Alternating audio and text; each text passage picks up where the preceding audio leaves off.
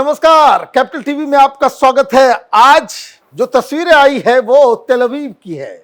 Israel पे Iran ने जबरदस्त हमला किया, करीब 200 से ज्यादा मिसाइल्स के अटैक किए, लेकिन जिस तरीके का जो एयर डिफेंस सिस्टम इजराइल का है उसकी वजह से कुछ 5-7 बड़े बड़े मिसाइल जो है वो शहर पे आ धमके और उसका क्या तबाही, क्या नज़ारा है वो आप स्क्रीन पे देख रहे हैं। मतलब ये कि ये युद्ध की शुरुआत हो चुकी है।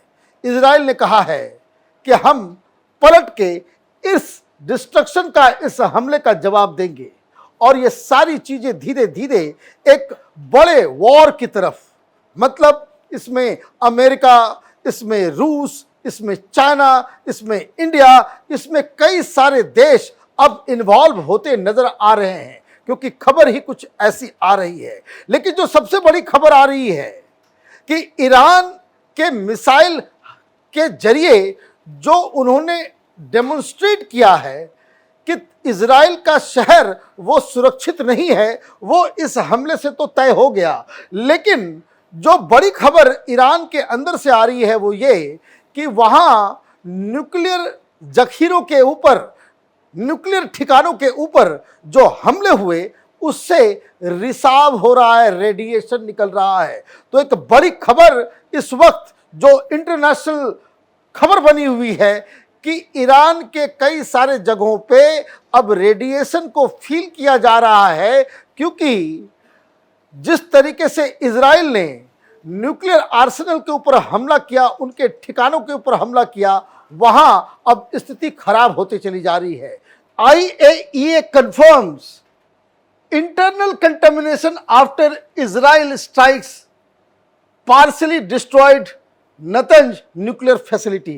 जो नतंज के अंदर जो फैसिलिटी है उस पे जो इजराइल ने हमला किया, वहां से कंटेमिनेशन, और क्या बताया गया है IAEA के द्वारा, the International Atomic Energy Agency, ये तमाम ये जो एजेंसी है जो न्यूक्लियर डिवाइसेस, न्यूक्लियर ब्लास्ट, इन सारी चीज़ों के ऊपर नज़र रखती है। The International Atomic Energy Agency director general Rafael Grossi in his statement to the United Nations Security Council on Friday confirmed that Israel's air strike on Iran's Natanz nuclear site caused internal radiological chemical contamination। मतलब hit किया गया, सही जगह पे किया गया, और Netanyahu ने साफ साफ कहा था कि we have hit on the head of nuclear facilities of Iran, उसके खोपड़ी पे हमने मारा है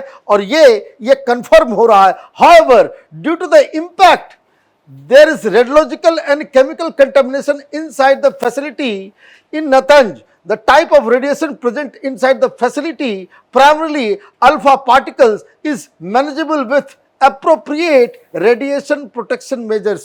ये बताया जा रहा है। और अब आपको मैं एक दिखाता हूँ वीडियो, और ये वीडियो इस तरीके का है कि जिसको आप देखेंगे तो आपको ये बात समझ में आएगी कि इजराइल की खुफिया एजेंसी कितनी सटीक है और किस तरीके से ईरान के इस नतंज फैसिलिटी के अंदर 3 फ्लोर के, जमीन के 3 फ्लोर के अंदर किस तरीके से वहां पे ये बॉम्ब बनाने का काम चल रहा था। तो इसको जरा हम लोग देखते हैं। ये देखिए, ये किस तरीके से ये मिसाइल यहाँ पे ईरान के पास जा रहा है। ये नतंज जो है करीब बॉर्डर से, इजराइल बॉर्डर से करीब 1500 किलोमीटर दूर है, और ये फैसिलिटी है जहां इन्होंने टारगेट किया। और ये जमीन के अंदर ये 3 फ्लोर में पूरा का पूरा वहां पे न्यूक्लियर बॉम्ब बनाने की प्रक्रिया चल रही है। तो आप ये देखिए कि ये इलस्ट्रेशन जो है वो इजराइल की तरफ से दिया गया कि ये बिल्डिंग जो ऊपर से जमीन नजर आता है, जमीन के अंदर ये 1st फ्लोर की कहानी है, 2nd फ्लोर पे, और इसके बाद 3rd फ्लोर तक है। यहाँ पे जो यूरेनियम इनरिचमेंट का काम चल रहा है जिसका इस्तेमाल होता है। और ये बाद की तस्वीर है कि किस तरीके से यहाँ पे तबाही और बर्बादी जो इजराइल की तरफ से मचाई गई है। तो कहने का मतलब ये है कि ये देखिए, ये सारी तस्वीरें और ये वीडियोस आए हैं कि किस तरह से नेतन्ज के ऊपर वो इजराइल ने हमला किया। लेकिन मामला अब ये इस तरीके से बढ़ता चला जा रहा है कि आप देखिए कि सब हो जाने के बाद कि ट्रंप ने क्या कहा है। Trump says Iran has second chance to come to nuclear deal after Israeli strikes devastate Tehran. ये ट्रंप की तरफ से कहा जा रहा है कि लास्ट चांस है, सेकेंड चांस आपको दिया जा रहा है, come to the talking table, आपसे बातचीत कीजिए, निगोशिएट कीजिए, वरना पे बहुत सारी बड़ी बड़ी बातें कह दी गई है। दो चीजें हो रही है। ईरान की तरफ से क्या कहा गया? ईरान की तरफ से यह कहा जा रहा है कि इजराइल ने अपने मन से यह हमला नहीं किया, इसमें अमेरिका की सहमति और अमेरिका का सहयोग, परमिशन एंड कोऑर्डिनेशन, वो यूएस के साथ मिलके इन लोगों ने ईरान के ऊपर हमला किया है। और प्रेसिडेंट साहब की तरफ से क्या स्टेटमेंट आया है? President Donald Trump on Friday urged Iran to quickly reach an agreement on curbing its nuclear program as Israel vowed to continue its bombardment of the country। वो ये कह रहे हैं कि भाई देखियो, बातचीत के लिए रेडी हो जाओ, नहीं तो ये जो इजराइल है वो जिस तरीके से बॉम्बार्डमेंट कर रहा है वो आगे भी करेगा, और ये आपके लिए सेकंड चांस या लास्ट चांस है। Trump frame the volatile movement in the Middle East as a possible second chance for Iran's leadership to avoid further destruction before there is nothing left and save what was once known as Iranian Empire। लीजिए, ये धमकी आ गई।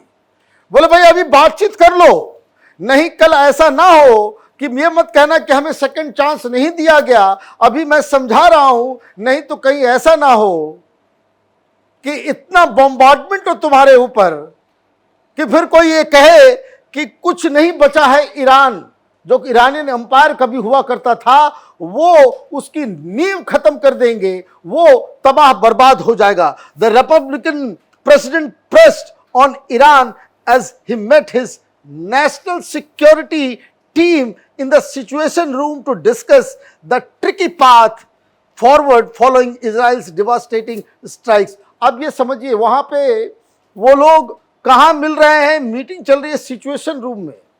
Situation room हुआ क्या कि कोई भी बहुत बड़ी घटना घट जाती है, वहां पे वो वॉर रूम जिसको कहते हैं।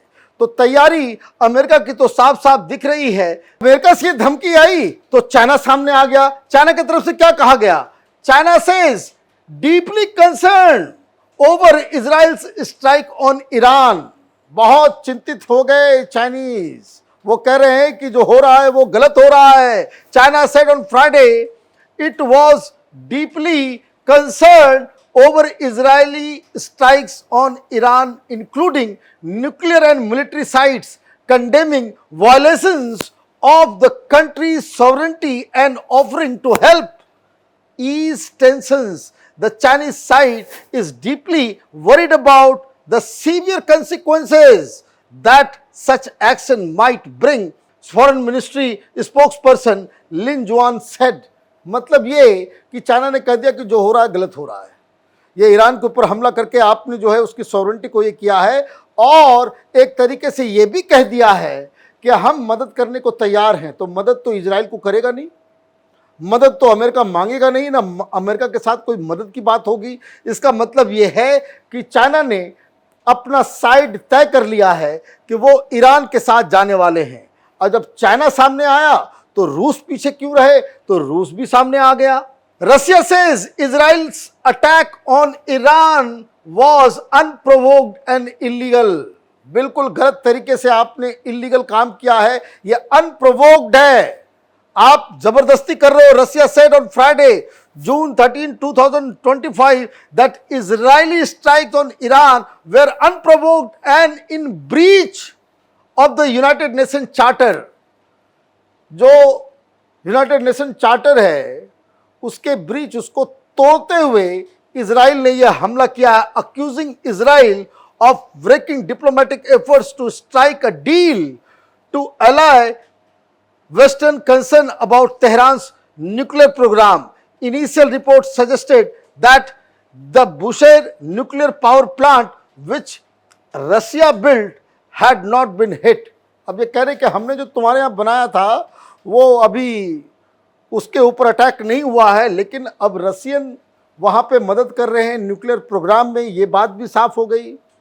दूसरी चीज़ कि वहाँ पे न्यूक्लियर फैसिलिटीज़ को टारगेट किया जा रहा है, ये बात भी साफ हो गई।